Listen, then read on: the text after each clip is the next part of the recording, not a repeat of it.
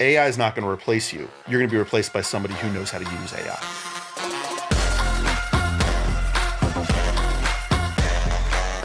Hi guys, thanks for joining us on the Elation podcast today, where we enjoy exhilarating euphoria through creation and collaboration. Today we're here with Adam Masoria, right? Matasar. Not Madagascar. Matasar. Not MasterCard, not Madagascar. That's it. Yeah. Adam Matasar. Yeah. Okay, perfect. How you doing today? I'm good, man. Good. Thanks for having me. Good to have you. We're going to talk about a bunch of stuff today, but let's just start with where you're from and get an origin story of how you got down here to New Orleans. Yeah, sure. So it's kind of a loaded question. That's sort of whenever anybody's like, "Hey, where are you from?" I'm like, "Yeah, okay, it's going to be a story." So no, I know. So I was born in Iowa City, which in and of itself is pretty weird for down here. I think I'm like one of the only people that I know from Iowa down here at all. But I didn't just grow up like in a cornfield. Like it's actually a little college town, Iowa City, where University of Iowa is. My dad was a law professor when I was a kid growing up. So we lived right by University of Iowa. Used to go to Hawkeyes games and stuff like that as a kid growing up. And then when I was 8 or 9, fuzzy, we moved to Chicago, which is where he was from. And so I had my whole family there, kind of spent some time in the south suburbs of Chicago, being a kid, getting into trouble going downtown, having a good time, going to White Sox games. Sorry to all the Cubs fans out there. I mean, it's like not popular down here. Everybody's a Cubs fan. Yeah. So at least most, except, I see a lot of White Sox hats. So people like to rep it, even though they're not legit Southsiders. The hats are cooler. Hats are cooler. The story's cooler, yes, I think. Shoeless Joe, they're kind of like, I agree. Yeah, the dark underbelly of baseball and gambling and all that. I agree. I don't need to be a Cub. Right on. So, but I know everybody watches WGN down here. That was like back when kids grew up down here. WGN was down here. So, sorry, I'm off track. Anyway, so Chicago, and then he moved to University of Florida and became the dean at University of Florida Law School. So I actually wound up going to high school in Gainesville, Florida, which was kind of like a big change of pace for a kid growing up from the Midwest. Yeah, it's a big difference. Yeah, the whole world went blonde. It was kind of wacky, but it was all right. It could have been nice. Yeah, it was. Look, a teenage kid, it was all right. It was all right. I had a similar experience somewhat. My mother decided to move to Palm Beach when I was 16, so she divorced my stepdad, and my mom and my sister and I all moved to Palm Beach. And from here. Yeah. So big little That's blonde. A big difference. Yes. Big little blonde. Yes. Big difference. Sure. Big difference. Right. Everything's sparkly and clean too. Oh God, I know. It almost made me feel cringe in a sense. It almost made me cringe for a while. Yeah. But yeah, go ahead. Yeah, no. It's all good. So I went to high school in Gainesville, and so both of my parents went to University of Pennsylvania. Like their families went to University of Pennsylvania. It was like, it was written, Adam will go to University of Pennsylvania. So I kind of thought I was all in, did all sorts of extracurricular stuff, kind of busted my butt in high school to get top grades and, captain of this, captain of that, whatever. And applied early to UPenn and didn't get in. And my safety school was Tulane. And I applied here because my uncle went here in the 70s. Gotcha. And he's like, my dad was the good one, and my uncle was the fun one. It was the fun uncle. He likes to drink. He likes to go to the horse track. Likes to have a good time. Tulane. Worked at Rubenstein Brothers. Yeah, it was he was on the 6-year plan at Tulane. Back in the 70s. I love it. Yes. So I was like Chevy Chase and You nailed it. Yep. Exactly. But I had never been to New Orleans before. Actually, ironically enough, when my dad was looking at jobs, he was interviewing to be the dean at Tulane Law and the dean at UF Law. He wound up going to UF Law. But we could have just as easily have moved here. So kind of wacky. But I had never been here before. And then I wound up getting a really, really juicy scholarship to Tulane. Didn't get into Penn at all. And I was meant to be. There you go. Yep. And growing up, I was always into music. I was a musician. My parents stuck me in front of a piano when I was 5 years old because I used to cry and complain about the fact that my older sister was a violinist. And so I was like, well, I want to do something. So they were like, okay, you're piano, she's violin, you learn classical music. And I stuck with it and was pretty darn good at it. But starting around middle school, I started to get into rock and roll and funk music and just interesting jazz and whatnot. Get outside of the box a little bit. And so coming to New Orleans, I was like, well, this Perfect. This is going to be cool. Right, I think I could dig that. Lots of Yeah. live music, lots of good opportunity.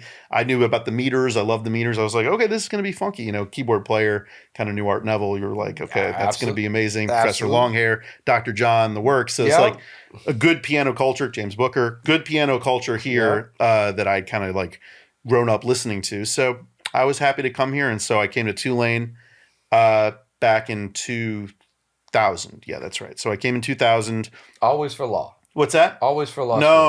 Okay. No, not at all. So I came.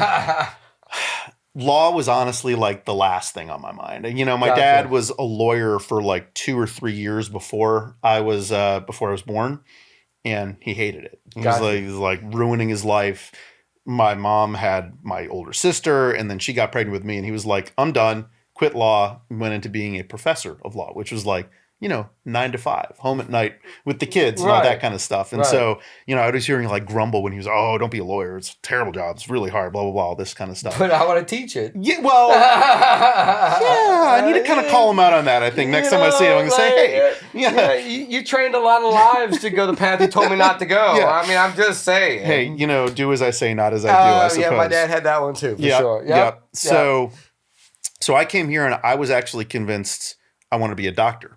So I was like pre-med, but then I got to Tulane and it was like, kid out on his own, musician, New Orleans, discovering the city. I was playing in like college bands left and right. I was pulling those little tags off paper, like back before social media, before the internet, right? People were like, "Need a keyboardist?" It was like a piece of paper posted on like a telephone pole where you could like pull a tag off and call the phone number. So like I was doing that left and right. And so I was playing in a lot of bands, getting into a lot of trouble, having a lot of fun, and not really going to school very much. Sounds a lot like a lot of Tulane students. Yes, probably. exactly. Yeah. Exactly. So, but not really a good path if you're legitimately serious about being pre-med and becoming a doctor. Correct. And so, my second semester, I got pulled into the guidance counselor's office and they were like, "Yeah, pre-med's not for you. Like, you need to reevaluate." I was like, no, I'm doing fine. They're like, "No, you're not doing fine. You're not doing fine. In fact, like, you're failing this class and you're going to get incomplete in this class." Because I was just playing music. I was out at clubs. I was going down to, Rampart Street, and, Frenchman was kind of funky back then a little bit, and just catching as much live music and just eating it up and sitting in where I could sit in and meeting people and doing my thing and not really caring at all about school. So they said, "No, what do you want to do?" I was like, "I don't know, maybe be a musician." They were like, "Cool, go be a music major." Right. So that was it. So then I converted to being a music major, studied composition for a while. And I was pretty good at it because I had a good ear from like playing cool music, but I was also, classically trained. So I could read music, I could write music. I kind of understood and could kind of read it, hear it, see it. So composition came pretty naturally to me. Right. But it didn't work out as a composition major either. That's kind of regimented. There's rules to follow. I didn't like to color inside the lines. Yeah, no, it's tough. And so, it's tough. Music is. I feel like it's tough to learn music in school. Like totally. Like I understand music theory. I understand there are guidelines and things that you need to learn. But at the same time, like, I feel like it constricts you a lot. So one of my first members of my first production team was had graduated UM for jazz percussion. One of the, like, to this day, one of the best drummers that I've ever met in my life, as far as timing goes. But you ask him to do a solo, not gonna happen. It ain't gonna happen. Yeah, and he doesn't know where to go because it's not creative. Mathematically, he could figure it out where it should go. Right. But that's not always the creative process of creating things that are good and new and fun. And so I feel like sometimes it almost hinders you to learn music in school. Yes. I mean, especially too when you're young and you think you know everything. Right. And you're like, no. I know what I want to do. I know what I'm doing here. And like, you've got this 40 or 50-year-old teacher that's like, no, you're not doing it right. It's like, don't tell me I'm not doing it right. Like, don't tell me what to hear. Right. And like, I was here, they were like, "Oh, you can't write in parallel fifths and parallel fourths." And I was like, but that's what I hear. So that's what I want to do. Right. So that said, composition was out, general major in music was in. I graduated with that, but it was, I was kind of all in on being a musician. So at that point, I kind of didn't I don't want to say I didn't care about my college degree. I did. Tulane's a wonderful school. I did learn a lot there, and I, gathered a ton of other information in the classes I took. And I kind of, got my act together and actually started paying more attention to school, because you got to make your time worth it. But honestly, I think it's more important you live your life and you find out in reality what's going on. Yeah. Because books aren't reality, and No. teachers not reality. It's kind of what you adapt and what you learn in those moments that's reality. Oh, yeah. Oh, look, I mean, I came to find that like Tulane, again, amazing institution, wonderful teachers, great student body, but very like closeted, like just this little buffer area in uptown New Orleans of like, the rich kids from the Northeast and Right. Chicago or wherever, and Right. they're going and they're doing their thing, and most are probably going to bail when they're done, and they're going to go back home to wherever they are. They're going to go pursue a career in finance. And I was kind of straddling both lines a little bit. Right. And it's funny because that kind of is carried over all the way through my entire life and professional career and all that. This idea of kind of straddling, living in multiple worlds, which I think has served me really well in my career, which I'm sure we'll talk about. But the idea that I was out there playing music in clubs with dudes who were from the Treme or from the Ninth Ward, but then I was going, to some $30,000 a year, private school uptown. It was kind of like Right. mind blowing. But like you said, seeing the real world, understanding that, starting to get into that, I think was very, very informative for me as a young person growing up and figuring out life. Well, one thing I think New Orleans has that most towns or cities don't is the integration of other cultures. Yeah. And we really don't care where you're from. Like, as long as you fit in that moment. Yeah. You know what I mean? Like, it doesn't matter, and I feel like people from out of town can come here and they go sit down in some local jazz bar and not necessarily expect to be a part of the show, but become a part of the show because we love that extra culture. We love you coming down and figuring out that you love us. Yeah. And I feel like we can adapt to that way better than most cities and towns. It's people talk about the warmth and the people down here, right? And I like it's all you get out of it what you put into it. Right. And so it's like that. If you come down here and you embrace the culture, you embrace the good and the bad of the city, and you kind of give yourself over to it, it'll give itself back to you in spades. Yep. Absolutely. 100%. Absolutely. Yeah. I mean, currently, I think a good example of that is like currently, obviously I'm a lawyer. I'm busy. I'm full time. That's my job. I mean, I did still play music out for a while with a dude named Russell Batiste, who, R.I.P. He was an incredible drummer, one of the best ever. Passed away tragically a few years ago. But I was playing with him. Very cool collection of ragtag dudes. But it was like, it's tough. Right. Be like, hey, we got a gig at the Maple Leaf at Wednesday. You'll be done at 3 a.m. And I'm like, I got a conference call at 7 a.m. the next day. How am I going to make this work? But you do. But that was its own gig. But for the last 16 years, 15 or 16 years, I'm in the music director and organist at a Baptist church in Central City. Got you. And I love them. And they love me. And I'm not their people originally, but I'm their people now. Right. Like, I'm Brother Adam. Right. They're all my brothers and sisters over there. Right. I may be the only white dude in the church, but like, we throw down, we praise God together, we do our thing, and it's beautiful. That's awesome. It's really beautiful. That's awesome. But that's only in New Orleans. I think that's only in New Orleans. You're not going to see that elsewhere. No, I agree. No, because and I try to explain this to people that have never been here or aren't from here. Like, the culture down here isn't separated. We're all intricately a part of things. So when you go to major cities and you see how separate everything is, it doesn't make sense. Yeah. And so I know when I went to LA and I moved out there, I was there for 9 years. And as much as I loved it, it was the best thing I ever did for my career. It was never going to be a part of my life journey personally, because it doesn't embrace people the same way we do. And you get spoiled. Yeah. It's like I moved out to LA. I was single. I go to watch a Saints game at a bar, and I'm sitting there by myself because I'm single and da da da. I just moved out there, and you start to talk to people, and they look at you like, "Why are you talking to me?" Like, yeah, don't. Yeah, wait, do you have something to offer me? Because if not, I'm gonna turn this way, and it's like you're the weird uncle, you know. Listen, when I moved here, my mom and dad moved to New York City.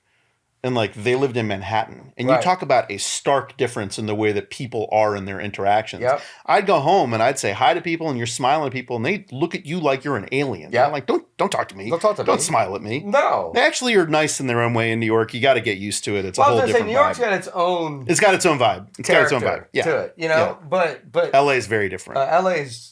Well, the way I explain it in LA is, and New York's a little different because they have more of a culture, in my opinion. LA is a blend of cultures because LA was built on a desert. Nobody lived there from the beginning. So it's basically Hollywood that was built there. Yeah. So everybody, in a sense, in my opinion, is trying to be someone they're not. So the waitress is trying to be an actress. So the waiter is trying to be a singer. You know, like no one's happy where they're at currently. They're all just trying to pay the bills. Yeah. So like when you go to have just a natural conversation, no one wants to have that conversation because they're too worried about paying the bills or climbing a ladder. That's interesting. And there's no in between. I hadn't thought about it through that lens. That's very interesting. So it's just no one who is who they want to be, and so it just it creates this dynamic of don't talk to me unless you have something to offer me. Well, I'm grateful that it's not like that here. Oh, agreed. That's why one of the reasons why I stayed. You know, no, I agree. No, I told people all the time. Everybody from the bus boys to the toll booth people to the CEOs here in New Orleans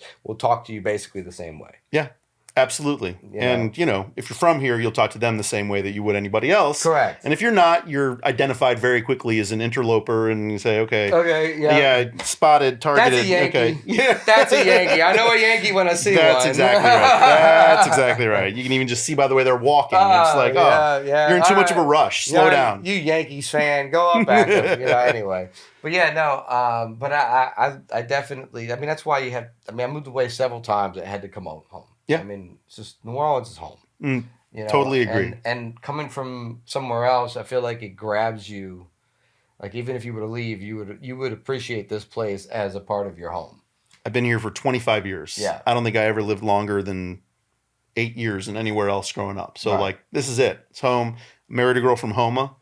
Beautiful woman. There you go. Beautiful family. West Bank. Ain't never leaving. Ain't never leaving. She's from down the bayou, all the family. My dad's from Crown Point, so you don't get more down the bayou. No, exactly. Exactly. So that's awesome, though. That's awesome. No, I was in LA 9 years. I came home, and I married a girl who I met in 7th grade on Canal Boulevard at St. Paul's, and the joke in the family is I had to go around the world and come back home and marry a Dalmatian. So that's right. It sounds right. That sounds like a common story that you hear about here. I would hope so. Yeah. I would hope so. Absolutely. But so let's talk about a little bit about what the experience of like loving music, but also being able to protect it is, because you're on the law side, but you love music. I do. So what's riding that line feel like? That's a really interesting question, especially because, and I'll be very honest here. It's a good place to be honest. My job sometimes presents some sort of ethical challenges for myself internally because, I would say traditionally I would come at it from the viewpoint of I'm an artist. I was a musician at one point. At multiple points, I signed some sort of contract saying, sure, I'll take this $100 and go cut a studio session and never see a dime out of the album ever again. Right. Sure, I'll co-write half this album. Right. No big deal. I don't need any credit. No worries. Right. Oh, cool. You're going to pay me $300 for this week? Amazing. Right. I'll take it. Right. And so immediately my instinct will be, how do I protect that person? Right. But we live in a capitalist world. And as a lawyer, you got to have clients that pay the bills. Right. So by and large, most of the clients that come to me are on the other side of that ledger. They're the studio. They're the record studio. They're the production company. They are what they are. Right. Exactly. And so absolutely a lot of what I do is trying to see both sides of the equation, right? And my job, I think, is one of the reasons why I really actually like being a transactional lawyer. So obviously, right, there's a bright line down the middle of the road in terms of what lawyers do. You can be on the litigation side, and I tend to think of those as warriors. They're fighters. Yeah. They go out, they bicker, they fight, they argue, and they try to get to the conclusion where some person won. You know what I mean? One side wins, one side loses. It's its own art. It's its own art. Yep. Transactional law, where I'm at, I've done my job if both parties feel like they got a good deal. Right. You know what I mean? Like, it's not really a good outcome where one party feels like they got hosed and the other party got exactly what they want. Yeah. Why? Because they're going to wind up on the other side of that ledger at the end of the day, where now they're fighting. Now somebody's suing somebody. Now somebody feels like they were wronged. Yeah, well, I always say that a good negotiation means nobody's happy. Nobody's happy and both parties are happy. Yeah. That's it. Exactly. Yeah. If you feel like you had to give something up and you feel like you won too, then it was a good negotiation. Yep. But, you know, luckily, in my job, I do get to do a lot of work with folks on the creative side of the equation, and I think more now than ever, it's going to, I think, continue to shift in that direction because of the way that I think the ability of somebody to commercialize and develop their own brand has changed. Right. I mean, at this point, with where the world has shifted, the world of the entertainment, economy has shifted. I think that artists are regaining their power. They're regaining their autonomy. If they have the ability to build their own brand and do it in the right way, protecting their own brand, protecting their own intellectual property, which, it requires somebody that really knows what they're doing. Right. Conversation with a smart lawyer, or you can get real smart with AI on the quick, and then consult with a real human that knows their way around it. Those little fine-tuned words in your contract mean something. Yes, exactly. No, they for sure they mean something. But sorry about that. Now the power is, I think, returning back to artists in a major way because they have more autonomy and ability to control and develop and monetize their own brand themselves. Social media changed the game, right? So I would agree with that in a sense of I've never seen labels before this period of time take so many chances on data and not a person. Yeah, that's interesting.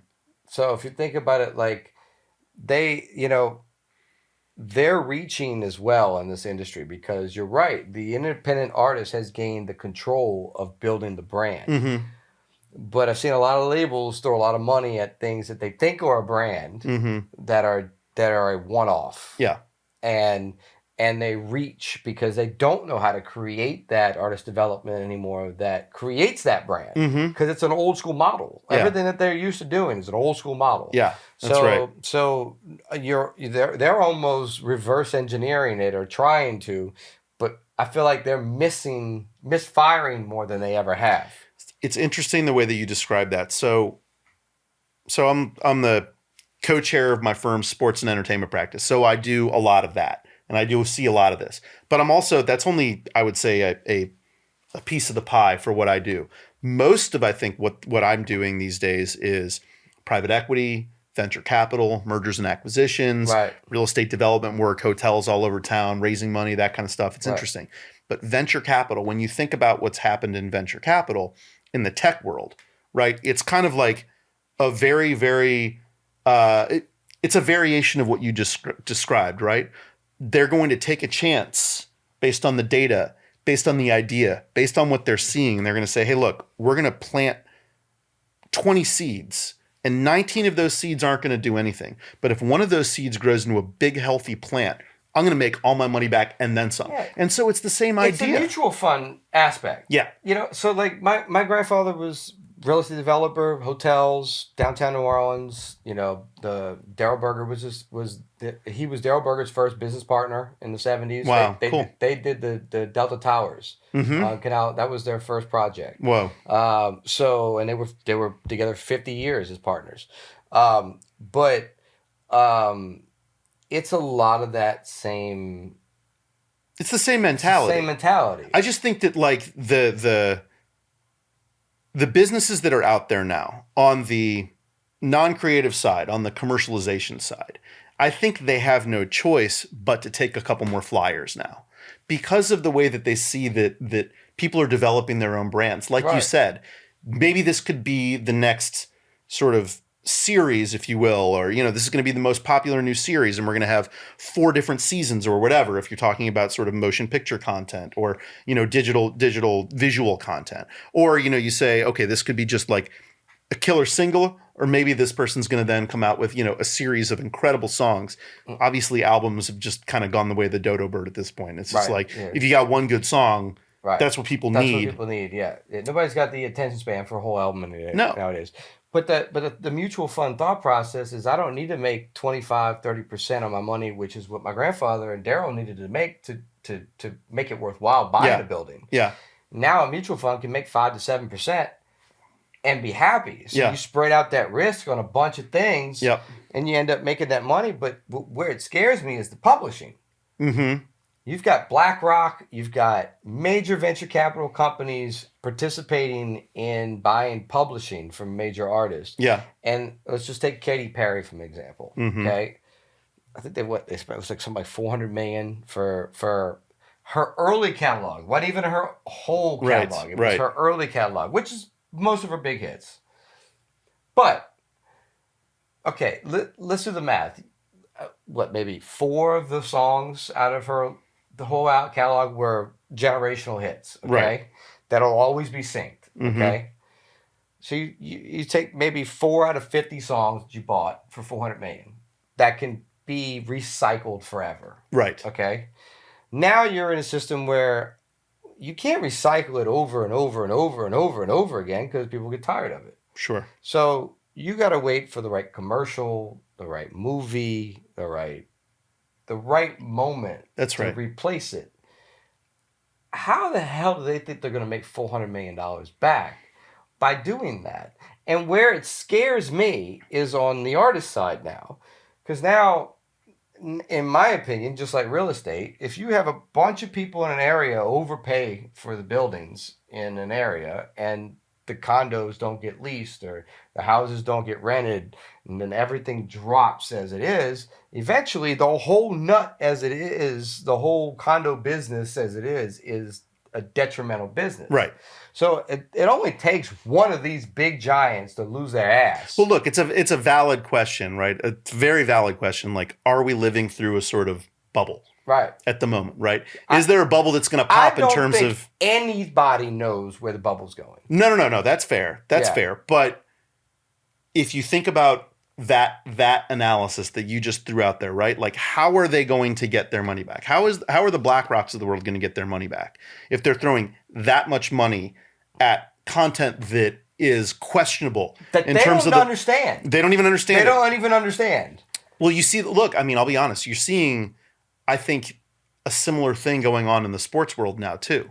Yeah. Right? I mean, like 7 years ago it was unheard of in America to see anybody other than, JP Moneybags family owning this sports franchise or that sports franchise. Now every single major league, if you will, out there has some sort of intrusion of private equity capital, institutional capital. Right. Do they really know what they're doing? Are they just mining the data and being like, returns have historically been nice and juicy here, so I think we're going to try to, dip our toes in here and do it. Are they going to get burned? Probably not. Sports is pretty good. Right. Sports is pretty darn lucrative. It is pretty safe. I but agree. they don't know. They don't exactly know what they're doing. No. And then you see what's happened with college athletics now, with the House settlement. And now it's a frickin' Wild West. Every single school out there is looking for a handout, a partnership. When is private equity going to come in there? What's going to go on there? And then you take what I was just talking about with the artists about saying, it's all about your personal brand. Well, I don't know how much that used to transcend into college athletics, into amateur athletics, but obviously it does now in a major way. Look at Livy Dunn. Right. You know what I'm saying? Like, and now that you're going to have all of this money flowing into the hands of all of these college athletes, it's going to be we're on the precipice. Well, first of all, I think the NFL is ruined at this point. Unless you just enjoy getting hit, you're not going to the NFL anymore. Yeah, fair point. Point. Like if I come out of college, make $30 million in 4 or 5 years over endorsements and a salary, why am I going to get the shit beat out of me in the NFL? I'm going to go take that money, invest it, and become something else.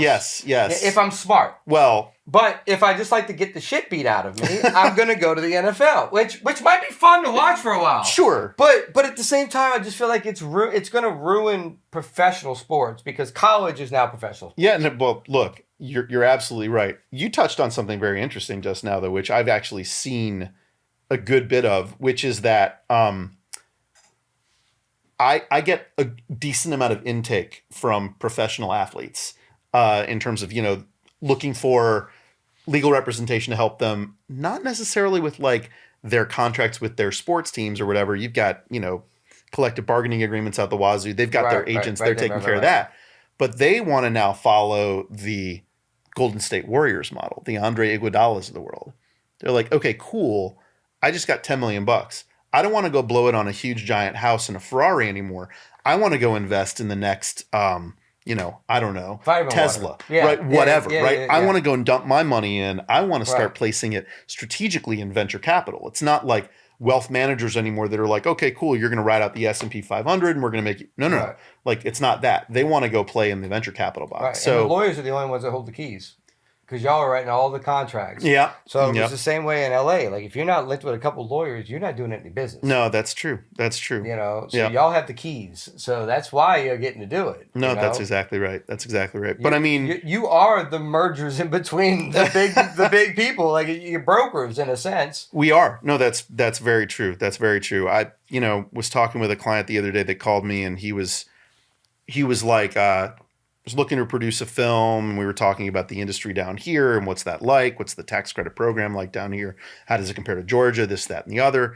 And he was talking to me about, cutting some pre-sale contracts with like, big studio out in LA, not to be named. Right. And I was like saying to him, I was like, well, it's like, I'm not going to broker your agreement for you. I'm not going to pick up the phone on speed dial and go and cut a deal for you with Universal or MGM or Fox or Netflix or whoever it might be. I was like, but I said, when that contract comes in, you're going to need me. That's where I can come in and really help you provide the value, because I see the field, and it's like that across the board, whether you're on the content production side, the commercialization side, you're an entertainer, whatever that might be. At the end of the day, the ability for you to,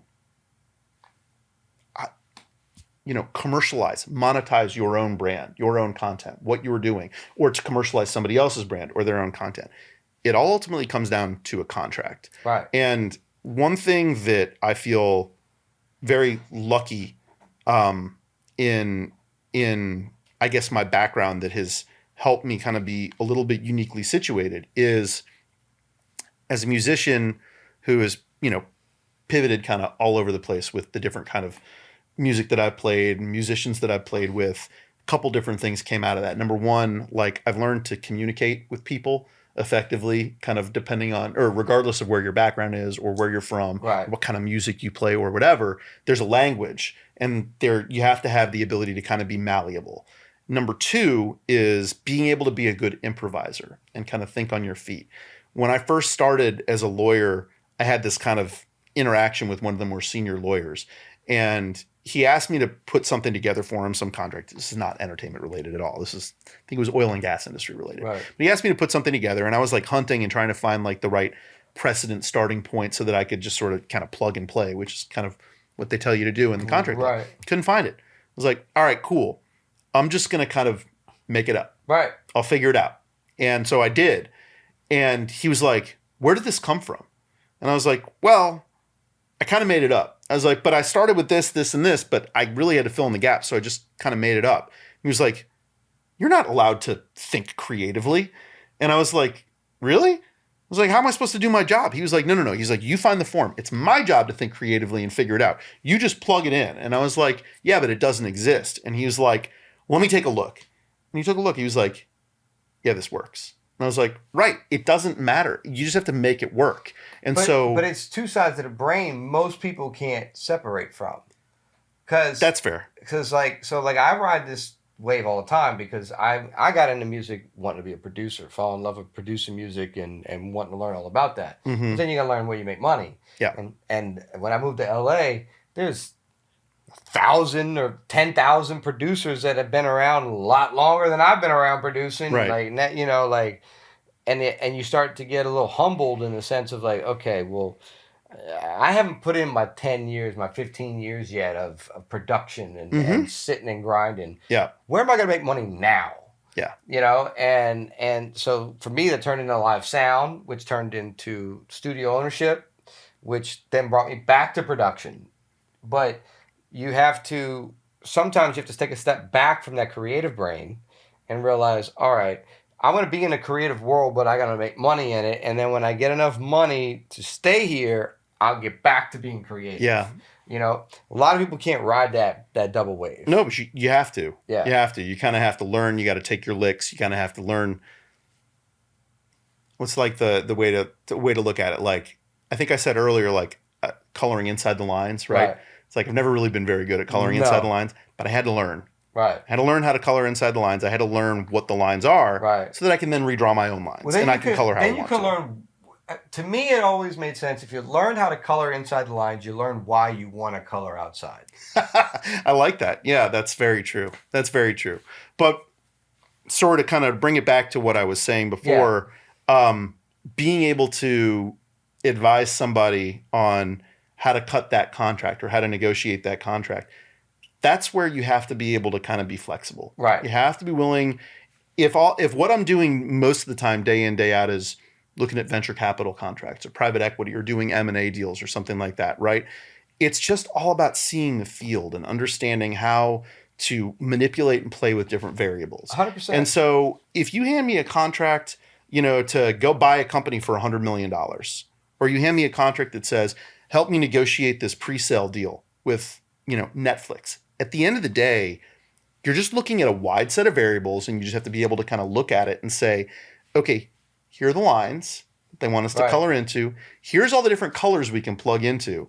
These are the ones that help you out. These are the ones that help them out. And like you said before, when you were saying, how do you protect that sort of intellectual property?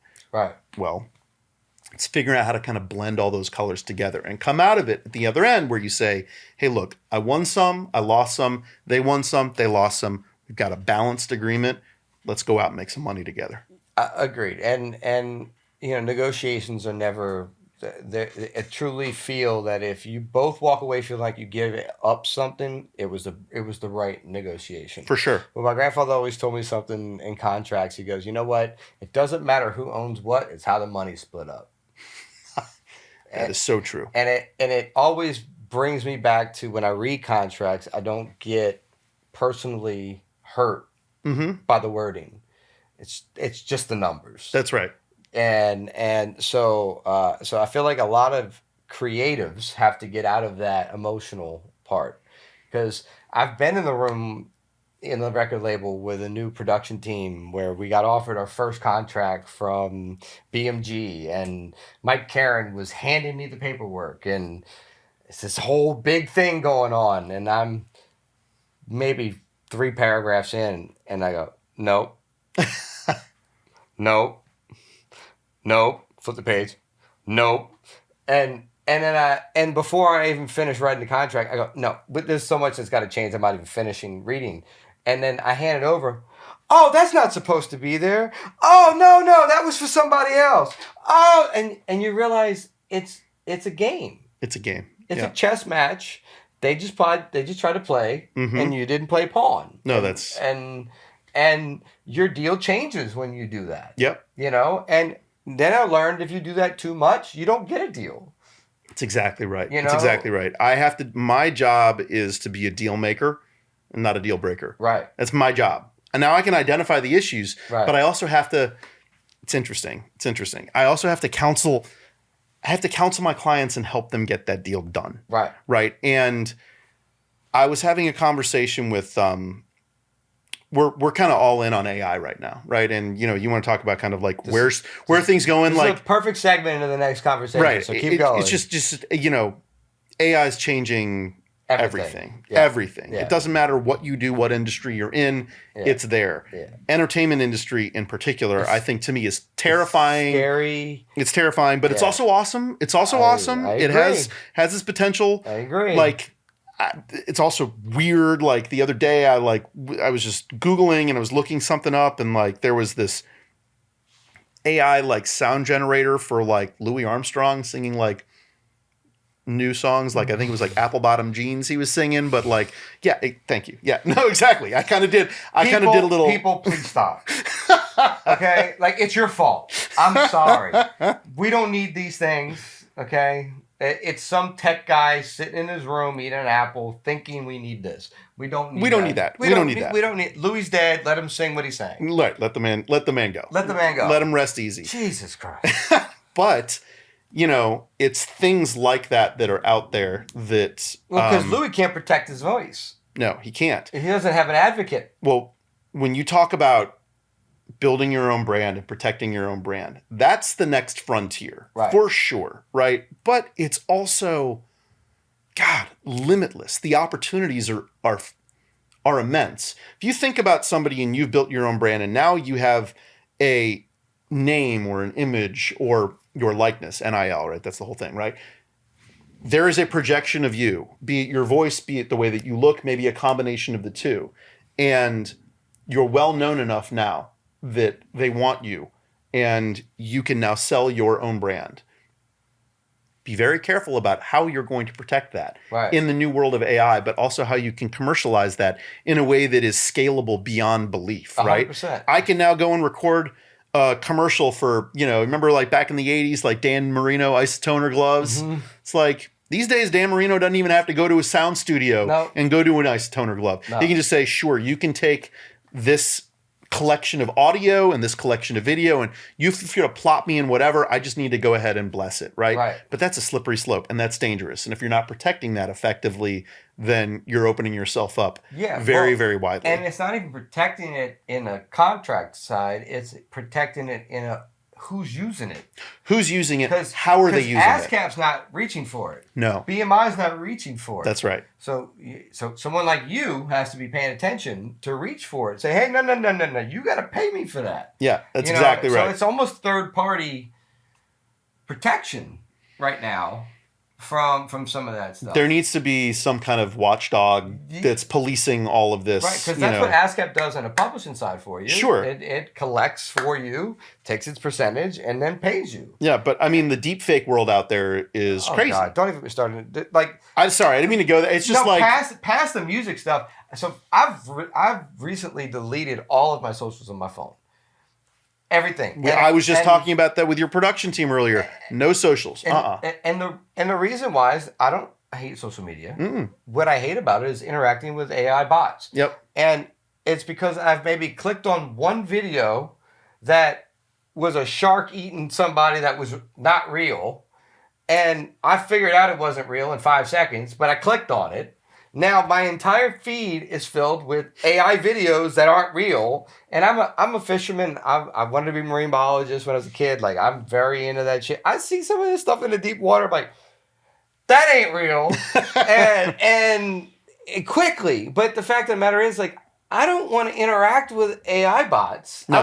I want to be social with the people that are around me, and that's no longer happening on social media. Well. I mean, another way to look at it could be, though, if everything out there and the content that's going out there is ubiquitously fake, AI generated, doesn't that then place a premium and achieve more value on real, actual interaction, real personality? On the consumer.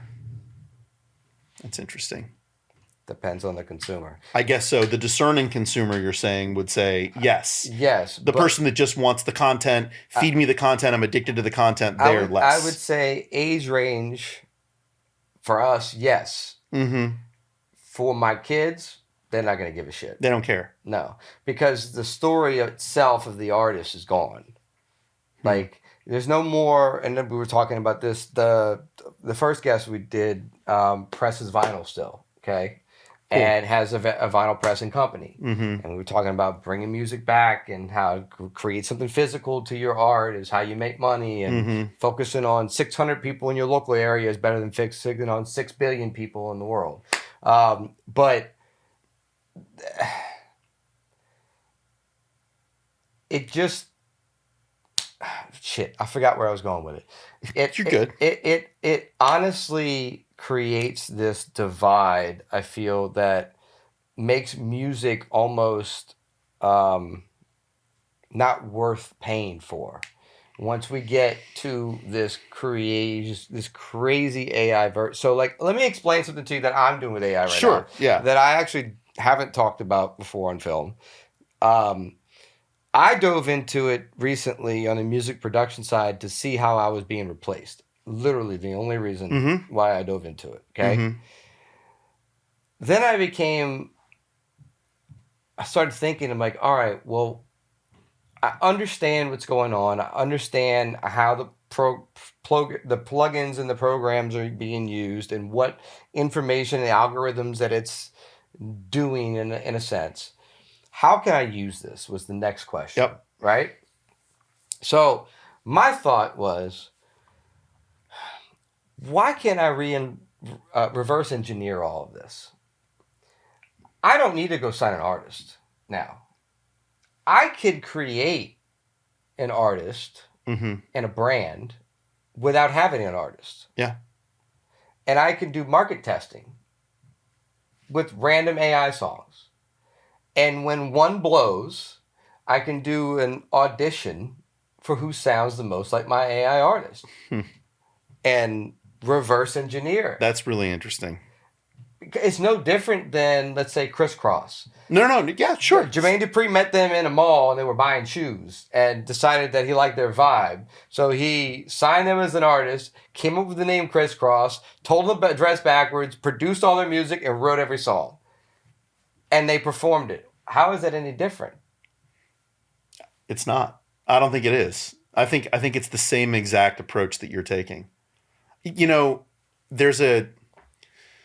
so obviously we're hyper focused as well in the legal industry, on the legal side of things, about how AI is going to displace us. Right. Which right now is the gray market. Yeah. There's a lot of money to be made in the gray market. Sure. Sure. But that's all short term. Right. Once somebody's going to figure out the licensing, it's going to screw everything up. Oh, it's going to, then it's going to be just like, look, we're all kind of building the plane while we're flying it at the same time, right? Nobody kind of has it figured out yet.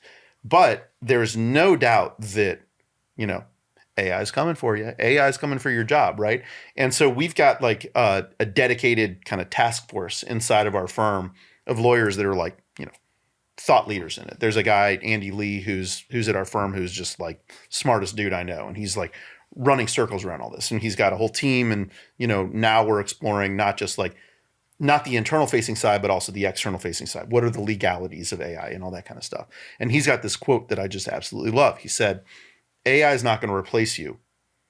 You're going to be replaced by somebody who knows how to use AI. Right. That's it. Right. Somebody who can leverage the tool. 100%. The tool won't replace you. Because when I used it, I realized after using it for a while, if I don't put in the right prompts, I don't get what I want out of it. That's right. And to know the right prompts, you have to know things. Yeah.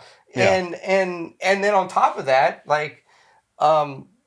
you don't take the AI song completely that it spits out. You take the stems, you take cuts of it, and you produce your own song around it. And it gives you almost like a co-producer thing. Right. Where like you don't have to, if you're not a music theory guy, you don't have to play this piano solo. You can get AI to do it for you and plug it in your song. But the reverse engineering that you described, that what you're looking at, is still necessary. Yeah. I mean, look, as far as I've always been aware, or that I've always looked at it, their recorded music and live music are symbiotic of each other, right? They have a relationship where they nurture each other. Right. And you talk about, I mean, you look back in the day, right, about like cutting the album and paying the advances to these artists and these musicians, and oh my God, I got my first big check, right? Look, it's all about the tour support. And then they're going to go on the tour and they're going to make their big money. They're going to be playing all these sold out shows everywhere. And it's still a thing. 100%. Going to see live music is still a thing. 100%. That ain't going to go anywhere. No. People love live music. Agreed. And so, but the process of getting to stage yes, is changed. 100%. The process of building the brand. Right. Building the brand. Yeah. How do people get to know me, right? And that's what we were talking about all the way full circle, right? About the people who are individualistically are able to build their own brand. Well, like you said, as a producer, you're going to try to reverse engineer your way into building somebody's brand. The brand exists before you even attach a personality to it. Right. But then you attach the personality to it and it blossoms. It's the image, it blossoms. Yeah. But you have to have that person. Because you have to support the live music side. Correct. You have to preserve that. Correct. And people will pay for it. I don't think, I mean, you tell me if you think I'm wrong, but you don't think your kids are going to still want to go see the big newest hit I think it's going to be 50-50. 50-50. I think there's going to be holograms. Dude, I was just talking about that with somebody about like, I mean, don't you remember they did like a Michael Jackson hologram? The Tupac. No, they did a Tupac one at Coachella. Totally. But the people. It's nothing sacred anymore. Nobody was ready for it. Nobody was ready for it. Yeah, they were kind of. It was iRobot at the time. Yeah. Now it's reality. Yeah. So like, and how I explain it to everybody is, once again, our market is no longer Louisiana, the United States. It's the world. Yeah. That's when you distribute, it's the world. So if I look at Japan, they've been obsessing over anime for how long? Mm-hmm. China, like all the Asian markets have been obsessing over things that aren't real. Just like our kids do here for animation stuff, but their anime goes into way adulthood. Oh, it's way deeper. Absolutely. And even in the sex stuff, what is it? They have those like the sex anime cartoon characters and stuff. It's like, I forget exactly what it's called, but anyway, like it gets really deep in that world. I read that world's actually now becoming big here too. Right. Well, so and is that a crossover with? Yeah, it always does. Yeah, it starts Europe, Japan, Asia, and then creeps over into our market somehow. Yeah. And I don't see my kids having a problem attaching to an AI artist. No. I see me having a problem. But I don't see my kids having a problem with it. And it's only because of two things. The way they experience music, number one, and just the amount of technology that's in front of them that makes it not as unbelievable. There's others, I mean, yes. There's other technologies out there, though, and other technological advances that I think are probably AI supported that are truly accretive and beautiful and wonderful. I've got a client that has been working on it. It's like a tech company. He's been working on a platform that is going to allow and enable and facilitate like live recording across the world. I'm talking about Brent. Like instantly. Yeah. Yeah. You know who I'm talking about. Yeah, I know Brent. Yeah, yeah. It's amazing. It's great. Right? It's great. It's not perfect. I didn't say it was perfect. I just don't think the consumer's perfect for it. Yeah. I think the idea is right. Is the user the consumer though? Yeah. You think it is? Yeah, it has to be. I do. And so the market's not there. There's no disrespect. Jam Around's great. Killing. I just there's a missing piece to the puzzle. Mm-hmm. That's all. Mm-hmm. And I don't know what it is. So maybe I'm speaking out of turn, but there's something missing with that whole, because when I was in LA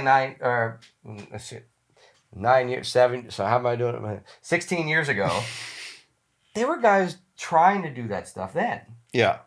That were linked in the Grammy Association, that were linked with the major labels, that had major contacts, and it went nowhere. Yeah. And there's something missing, the detachment between the use and the idea. Mm-hmm. And I don't know what that link is. But it's always the same thing with the split apps, the split sheet apps. Right. No matter, I don't care how many times it's still a third party. You still have to do something extra. Yeah. Just like writing a piece of paper. So they're still writing pieces of paper instead of using the split apps. Mm-hmm. You know, and if I gave you a percentage of the amount of camps that I did in LA that actually use technology to do the split sheet apps, it would be like 2%. Really? Yeah, and I did camps with Capital, Universal, Rock Nation. Why? I don't know. Yeah. Okay, I don't know. Yeah. But they want the paper. They want it originally done, and I don't know. But to me, it's the same process. I'm third partying something. The Mhm. paper is a third party. Right. You know, I always thought it would be better to come up with a plugin that you could add into your DAW that would be on your template. Mhm. That every time you open the song to create something, you hit the plugin and you type in everybody's name, and it would metadata it in as soon as you bounced it out. And that would be your split sheet. It's a cool idea. Right? Yeah.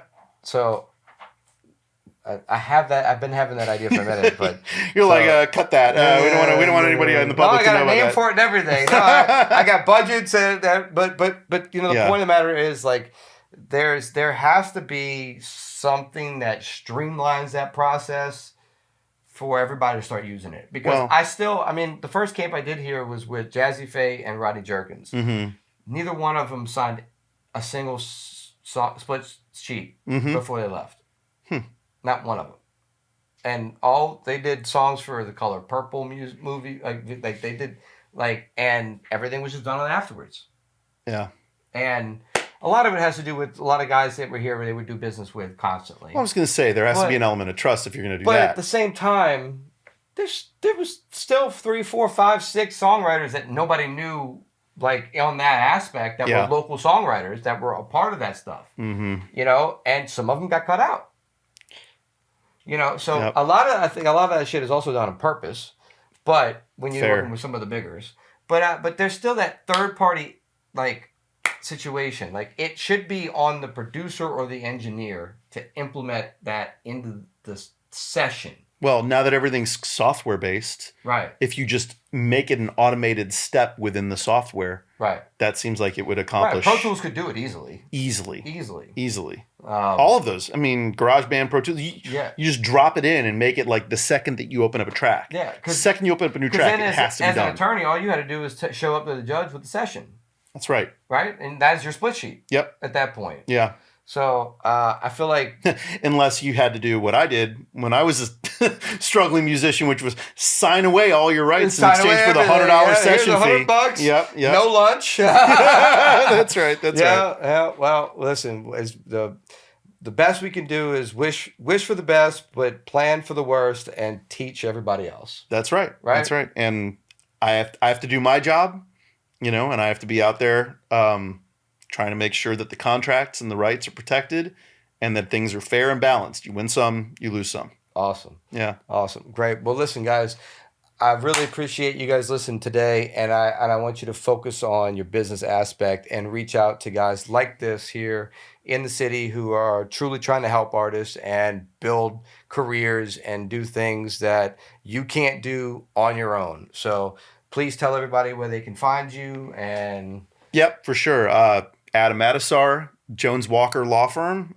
You can look me up on the website. Usually pop up pretty good, and you know, I'm sure I can post my credentials and whatnot. And I'm sure my marketing team at Jones Walker is going to tag all this stuff anyway. Awesome. So you know, you'll find me. We'll get you plenty of cuts. There you go, awesome. Man. Cool. Awesome. Well, good. Thanks for the time. Absolutely. Thanks for coming. Yeah, I appreciate it. And thank you guys for listening. And if you'd like to see more, please like and subscribe. And I'll see you next time. Peace.